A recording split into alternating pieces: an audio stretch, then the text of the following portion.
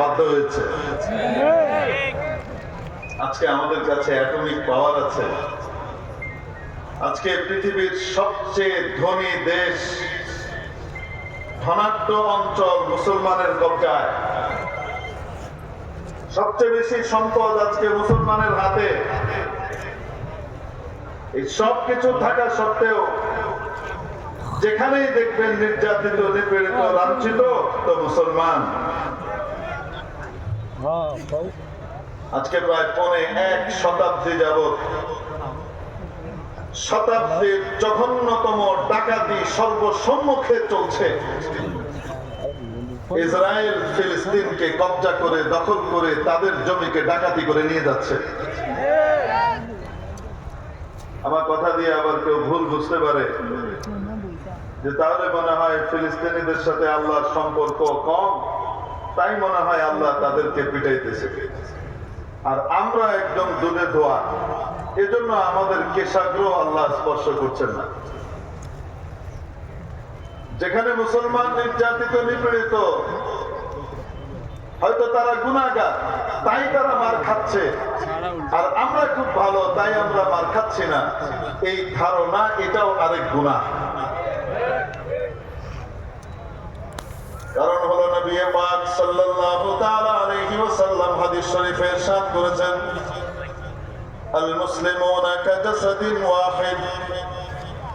গোটা পৃথিবীর সকল মুসলমান এক শরীরের মতো,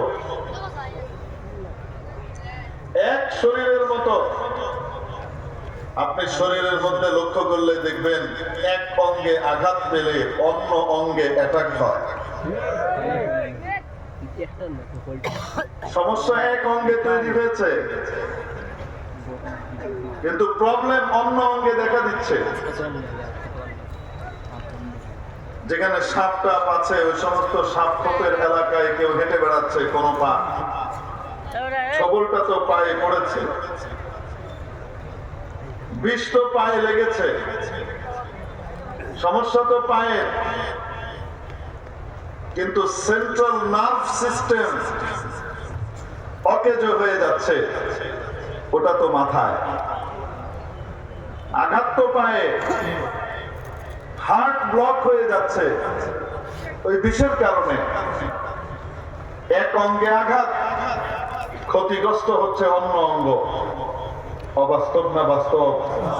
আজকে গোটা পৃথিবীতে সামগ্রিকভাবে মুসলমান কোরআন থেকে দূরে সরে, নবীর সুন্নত থেকে দূরে সরে, আল্লাহ ওয়ালাদের কাছ থেকে দূরে সরে, নবীর তালিম থেকে দূরে সরে, যেভাবে নিজেদের উপর আপদ বিপদ, আযাব গজব বালা মুসিবত টেনে আনছে, আল্লাহ তাবারাকা ওয়া তাআলা দয়া করে দুর্বল ঈমানদারদের উপর সে পেরেশানিগুলো দিচ্ছেন না।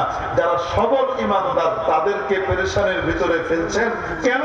তাদেরকে পেরেশানিতে ফেললেও তারা বেঈমান হবে না। আমার আপনার মতো দুর্বল মানুষের উপরে, ঈমানদারের উপরে যদি ফিলিস্তিনিদের মতো পেরেশানি আর কষ্ট আসতো, তাহলে আমাদের বহু মানুষ বহু আগে মুরতাদ হয়ে যেত। আজকে দেখেন ইমানের লীলাভূমি সেই ফিলিস্তিনিদের ওখানে 75-76 বছর যাবত তো চলছে, কিন্তু তারপরেও বিশেষ করে 2023-এর অক্টোবর থেকে শুরু করে এই পর্যন্ত প্রায় 2 বছর হয়ে যাচ্ছে। এই সময়ের ভিতরে কি পরিমাণ মানুষ